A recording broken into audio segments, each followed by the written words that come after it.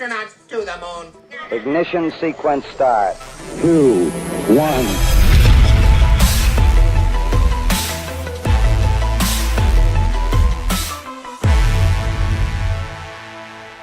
What's going on, everyone? It's Jaronism back with another video for you today. Just a few things. Mostly wanted to point out a little Twitter exchange I had with everyone's favorite professor, Mr. Cryin' Box, or as you might know him, Brian Cox. It all started with an interview I read, linked in the description, with Brian talking to I Freaking Love Science. And in that interview, a question was asked, and Brian gave an answer that I felt was, well, pretty unscientific. The question was, we've also seen a bizarre spate of people coming out in favor of Earth being flat recently. How do you deal with people like that? And Brian responded, Again, I don't think you can change the opinion of people who are ridiculous. And that is the most ridiculous example of not thinking that you can possibly imagine. I think what you can do is just turn them into laughingstocks, which is, I think, my general approach to people. It's very difficult to argue with an idiot, particularly in a forum such as a chat show where you've got a limited amount of time. So my view is you have to sort of essentially show them up to be fools as quickly as possible. I think that's the only way that you can proceed. Oh wow, it'd be really cool if you'd grab me those 2 spheres over there. Yes, I love balls. Spheres make me so happy. See how they repel each other? Of course they do, because it's science. And everyone knows that the most perfect shape of all time, of all shapes, are spheres. You know, the reason I became a physicist, I've always loved to test and yank on spheres. They're everywhere in space, and sometimes they even bump into each other, and when they do, they go this way and that. They might fly here or there. If they break into new pieces, well, guess what? They just reform as spheres again. Because spheres, like science, are perfect. But sometimes there's some bigger spheres, and they are not kind to smaller ones. Sometimes the bigger ones even call the small ones small cocks. Small cocks. Little tiny baby cocks. And for almost no reason at all. We can't all be great and overwhelming. So we need a way for little spheres to push away the big ones. And that's why I became a scientist. Because this way I'm always right. Then I can handle myself by simply shaming anyone who doesn't worship the sphere like I do. There's nothing more perfect in the entire world than spheres. I love them. I love science. alright, well, he definitely got a little carried away there. It was actually only the first part, the quote that you see on the screen now, that had me upset. So what I did was I made a little meme really quickly that basically is the scientific method versus the Cox scientific method. And then the tweet said, "Thank goodness we have scientific educators like Professor Brian Cox. He tells us all how to act when people question our claims." So in the scientific method that we've all been raised with, that we all know, it goes purpose, research, hypothesis, experiment, analysis, and conclusion. But Cryin' Box's is a little bit different. His starts out with a purpose, same thing, but then you have to ask an authority, and then you have to agree with anything that they say as long as it's consensus, and then you have to show graphs and charts, and then you have to cry when anybody is skeptical of your claims, and then you must shame them and turn them into laughingstocks, and then collect your check as you enslave the human race. So, I sent that tweet expecting it to be over. But then, just minutes later, he decided to respond by saying, "I'm sure somewhere I also said a jab-jab cross combination might be helpful." Which I guess that means that not only are they idiots and you should shame them, but you should also beat them up. At least as far as I can tell, with some sort of jab-jab cross uppercut thing. So then I said, so being I'm an idiot flat earther, why not join me on my channel and explain to my 60,000 subs how wrong we are while you prove the ball? Well, he responded to that one too by saying, "Because I'm too busy talking to my 2.6 million intelligent followers and can't be arsed wasting my time." So I finally replied, "Yeah, so intelligent. Believing every word you say without proof or evidence sounds like a religion, the divine words of Pope Cox, hashtag scientism." And then after waiting a little while and not receiving a response to that, I posted one final GIF image and said, "When Professor Brian Cox walks into a room and someone mentions proof or evidence."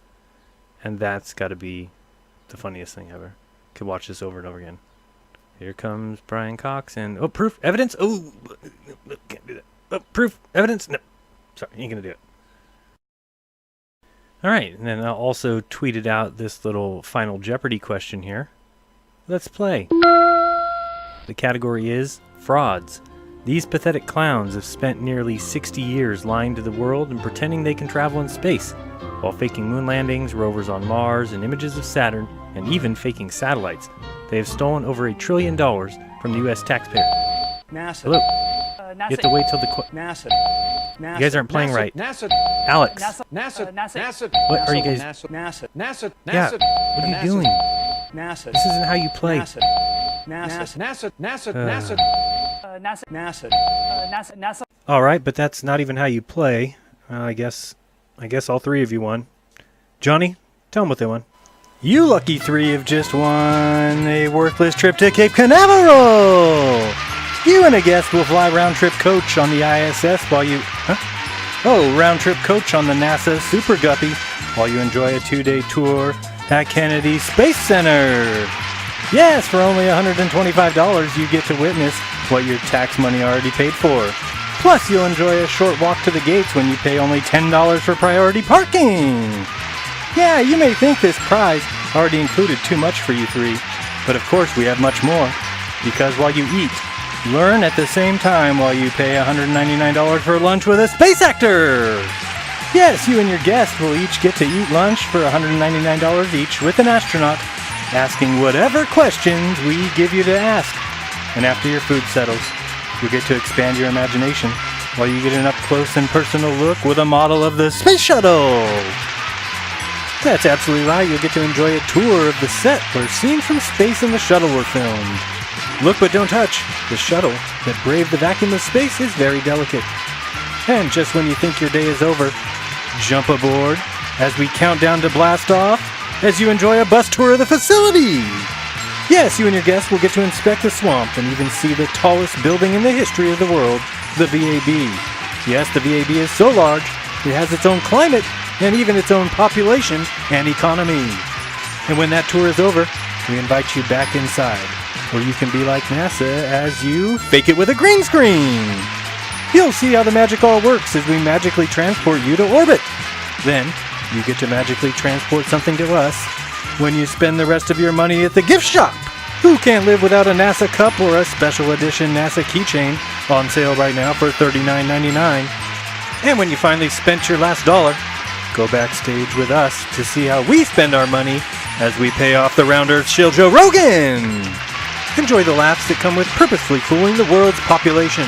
And what Space Center trip is complete without getting to touch the truly unbelievable. Yes, put your hands on this piece of petrified wood. Yes, our moonwalkers had to go quite far to get this petrified wood for you. How far?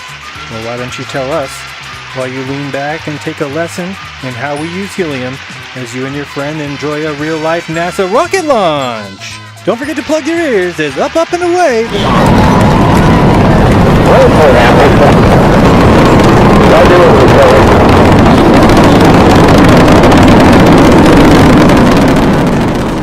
And as it ends in the ocean. All this is yours. A fantastic trip with a value of 7 cents. However, you couldn't pay me to go to that hellhole. Congratulations, Jared. Back to you. Wow, sounds like an awesome trip. That trip used to include an afternoon with Buzz Aldrin, but it didn't go over too well because Buzz would always just pretend he was there. So that didn't work out. So we're looking here at my Twitter feed, and I posted an image of the NASA satellite Lady, and these images that they try and pass off as real. Go search Lady Moon Images, Ladee, and tell me what you think of these images. A child could make better fakes. But you'll notice something funny here. About once a week, either Twitter or NASA, or whoever it might be, goes into my Twitter profile and deletes my photos and videos section.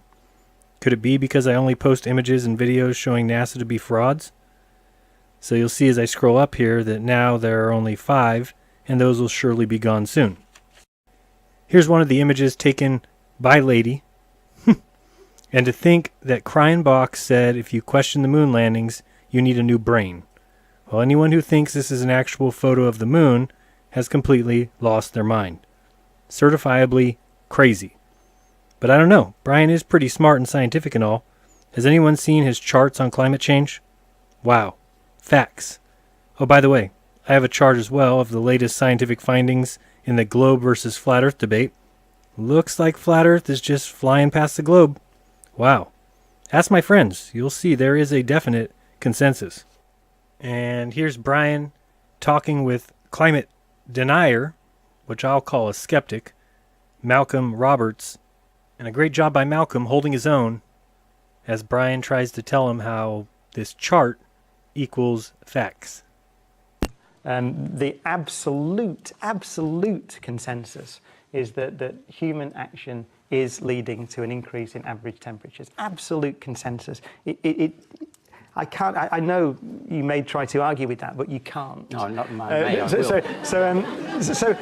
I'm going to go quickly to Malcolm Roberts. We want to hear from all the panellists on this. Sure. But Sure. The longest temperature record for temperatures on this planet is the Central England temperature record, which goes back to the mid-1600s. And I'm absolutely stunned that someone who is inspired by Richard Feynman, a fantastic scientist who believes in empirical evidence, is quoting a consensus. can I just say, I brought the graph, right? I mean, can I just...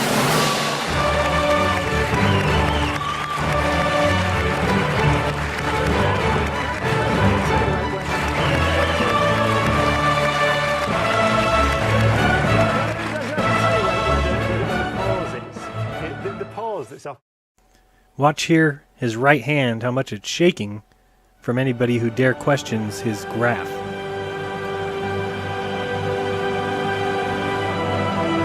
Do we understand the physical mechanisms and the influence of those of the 19th century? Brian, I can teach you. I'll give you a lesson if you want. I could give you. Can you go back to the middle of the graph there?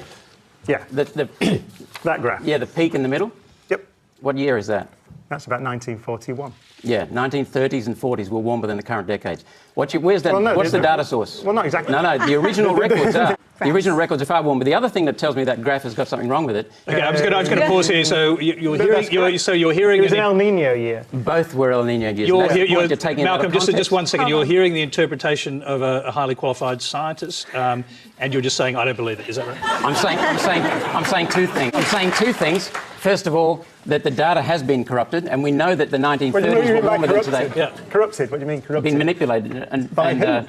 By NASA. By the NASA? yes. The Hang on a second, guys. No, so this is quite serious. No, I'm going to just It ask is the audience, serious. just hang on. We've actually got to hear what's being said here. So it's all very well to laugh, but we want to hear what's being said. Steve Goddard, he has shown the NASA figures, and the graph was originally showing that 1930s were warmer than recent decades, and that is correct. And people have recognised that for many, many years. And in the recent years, they've been reversed so that the 1930s were reduced in temperature and the later periods were inflated in temperature. That's a fact. Now, the Bureau of Meteorology is exactly the same. And Greg Hunt squashed an investigation of the Bureau of Meteorology earlier this year. Okay, all right, Greg Hunt. Can I just check you one thing? NASA. Now NASA, Yes. the people that landed men on the moon. Yes. The people that landed men on the moon. I should just ask, actually, you believe we landed men on the moon? But, See the little trick there? no. It's questioning whether or not I believe that I'm a moon skeptic. Now, Are you? no, I'm not. Oh, right. No, but I mean, it's a serious accusation. I mean, is the serious. idea that NASA but the point is that the accusation that NASA, pretty all the Australian, the Met Office in the UK, everybody is collaborating to manipulate global temperature data. Unless we learn otherwise, it will be prudent to suppose that the next ice age could begin to bite at any time. In the 1970s, there was a big scare about global cooling. Climate experts were worried that we might be headed towards a new global ice age. Time magazine reported in 1974 that, quote, the atmosphere has been growing gradually cooler for the past 3 decades. The trend shows no indication of reversing.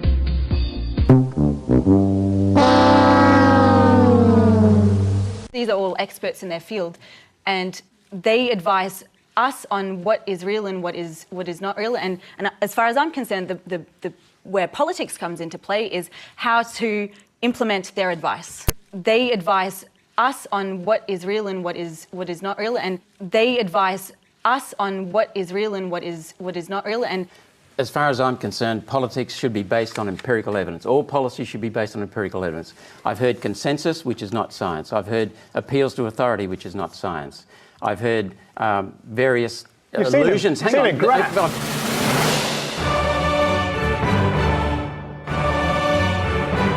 I've heard...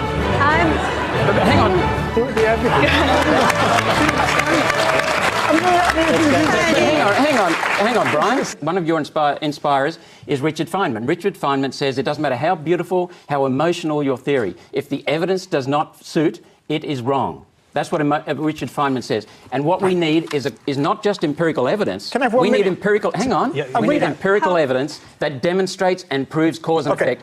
Greg Hunt says he relies on advice. I have never, ever heard Greg Hunt say that he relies on data. Well, I've been listening to all the global warming talk for a long time and posting material about global warming on our website. But finally, the crescendo of global warming myth, nonsense, exploded in my head, and I had to write a real rant. And all I was doing was telling you the truth as best I know it. Glenn, you got to make a living, first of all. So you spent 10 years becoming a PhD in meteorology. You got a research job, and you decide you're going to research the effect of human activity on global climate. And if you were to put out a research report that said not much and it doesn't seem too bad, you probably wasted all your... And I found out it was bogus science. It wasn't real. The numbers had been massaged. The whole thing had been created. What bothered me was that the other scientists had accepted it. Well, why did they possibly do that? And I think the real answer to that question is that they all have an agenda, an environmental and political agenda that said, let's pile on here. We're all going to make a lot of money. We're going to get research grants. We're going to get awards. We're going to become famous. Next, we got Brian saying that he doesn't even accept that the moon landings need proving. So I'll go ahead and set this up real quick. You have Brian and a producer driving to an observatory to shoot lasers at the moon. The producer wrote in the script that this would help prove the moon landings to the skeptics, even though they shot lasers off the moon in 1961. So he's asking Brian where they're going and what does it have to do with those that question the moon landings. And number one, Brian never read the script. Number two, he completely loses his mind over the question even being asked. Go ahead and enjoy the science. Okay, where are we going? There are so... No, I'm saying it on camera. There are so many things that you could talk about, right? You could talk about... Oh, I don't know. Fuck it. It's bollocks. The moon landings happened, and it's nonsensical. It's like saying, was America ever discovered? Right. Well, yes, it was. Did we work out how to... Did we discover penicillin? Yes. Did we go to the moon? Yes. That's the end of it. There's no information, content, or use in debating it anymore. Right. Tell me where we're going in respect to the fact that ultimately this completely proves the fact that they went there. Well, first of all, I don't even accept that it needs proving, because you've got to be a complete moron to anyway. But no, remember, if you don't hear my question, your answer doesn't make any sense whatsoever. Yeah, right. Are you really suggesting that in this program, a scientific documentary program about gravity, you're going to even mention the words, could it have been true that the moon landings were fakes? Well, you know the script that I wrote? Yes. Did you read it? No. No.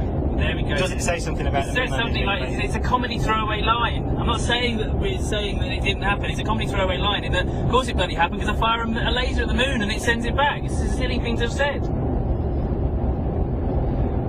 So... Alright.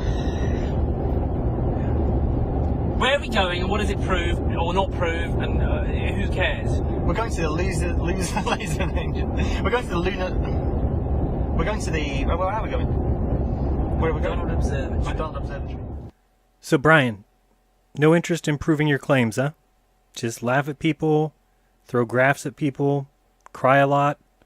Well, you never even responded to the 2 open letters at allist.com, and now you're too busy for me. Well, I speak only for myself, but in no way have you earned the respect from me that you think you deserve. I really don't care how smart you think you are, but if you're so smart, then join me on my channel, not for a debate, but you can just come and end all this silly flat earth stuff by just showing the evidence. That's all we want. But you don't look at evidence. You simply believe what you're told. Well, guess what? I don't. That makes me a skeptic, and you a dogmatic person of faith. So, who is more scientific? The one doing tests and asking questions, or the one who says you have to be a moron to believe X, or an idiot who should be turned into a laughingstock because your holy book has been questioned? I'm so sorry that I dare question your holy ground, but perhaps I'm wrong. See the difference? Maybe I'm wrong. You think you might be wrong, Brian? Of course you don't. That's the problem. You're no scientist, Brian. You're a priest. Open invite to Father Cox. Come teach us all and show us the evidence that the sun is 899,000 miles across and flying through space at 1.5 million miles per hour. Anytime, you're welcomed. I'll be here waiting. In the name of the Science Fathers, the Sun, and the Holy Sphere. Amen. Be kind, don't lie, and open your mind because there's truth inside. This has been Jeranism. Till next time.